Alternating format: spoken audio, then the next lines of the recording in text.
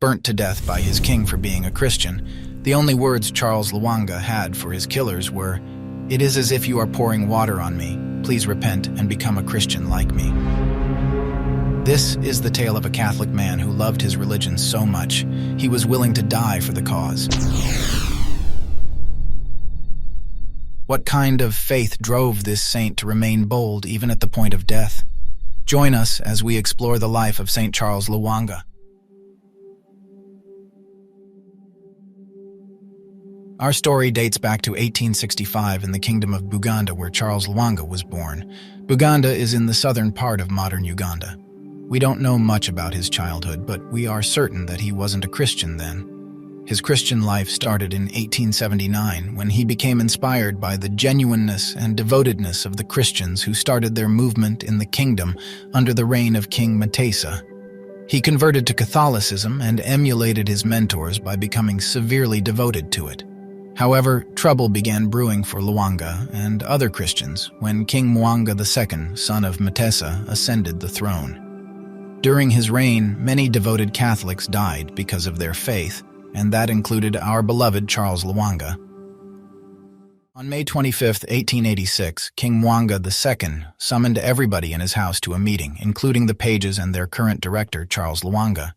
He wanted them to either forsake Christianity or face brutal death. Now you must be wondering what happened. How did Charles end up as the director of pages? Who are the pages? After Muanga II was crowned king, he began to lure the boys who ran errands and did chores for him into having intercourse with him. Unfortunately for him, these boys began to revolt because they had been converted to Christianity. This made King Muanga II suspicious and scared for his throne. He believed that if he allowed the Christians to continue proclaiming their faith, his kingdom would go over to them, and this is when the killings started. King Muanga II thought killing Christians would ensure his reign and silence them. He wanted to break their resolve by killing them, but only strengthened them and pushed Christianity further. He was very particular about his killing because he didn't start from the pages who were the boys who refused his advances because of their faith. He started with their leaders. He killed the heads of the Catholic Church and tormented the Christians. Then Joseph Mukasa, the director of the pages, rose up and told the king that his actions were not right. This was the end for the young man, and another man was put into his position. The king went on to kill more pages, and this caused the newly installed director to speak up. Just like his predecessor, he was murdered as well. After hearing about the director's death, Charles Lwanga decided to get baptized, and after that he continued preaching to the other pages in the kingdom. He was then installed as director of pages by the king, enabling him to baptize other pages by himself.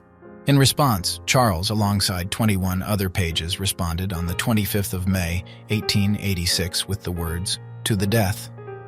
The king went ahead to issue their death, but this time he wanted it to be excruciating. He did this in a bid to warn other Christians and scare them from standing up for their faith. After Lwanga and his pages proclaimed their deaths, they were led to Namugongo in Uganda to be killed. The distance was a 2-day journey, and they were starved and beaten throughout the journey. This led to the death of 2 pages, one of whom was murdered by his own father. When they arrived at the Namugongo shrine, Charles and 15 other pages were stripped of their clothing, bound, and burnt to death on the 3rd day of June, 1886. Charles Lwanga's punishment was more severe because he was separated from the pages, and a fire was lit directly under his leg, which had him die slowly and painfully. But instead of crying and calling upon God in despair, Charles preached to his own killers with these words, "It is as if you are pouring water on me. Please repent and be a Christian like me." Charles Lwanga's death shook the country, and instead of throwing other Christians into panic, it stirred them and made many unconverted Ugandans to become Christians. Charles Lwanga's death still stands as a memorial to the martyrdom in early Christianity. Years later, in 1964, Pope Paul VI declared him worthy of reverence and entered his name into the recognized saints in Uganda. As a result, the Catholics celebrate every 3rd day of June as the Day of Ascension of Saint Charles Lwanga. This is why the Catholics and Angelicas refer to Lwanga as the Ugandan Catholic catechist martyred for his faith. Today, Charles Lwanga is venerated in the liturgical calendar by the Catholics and revered.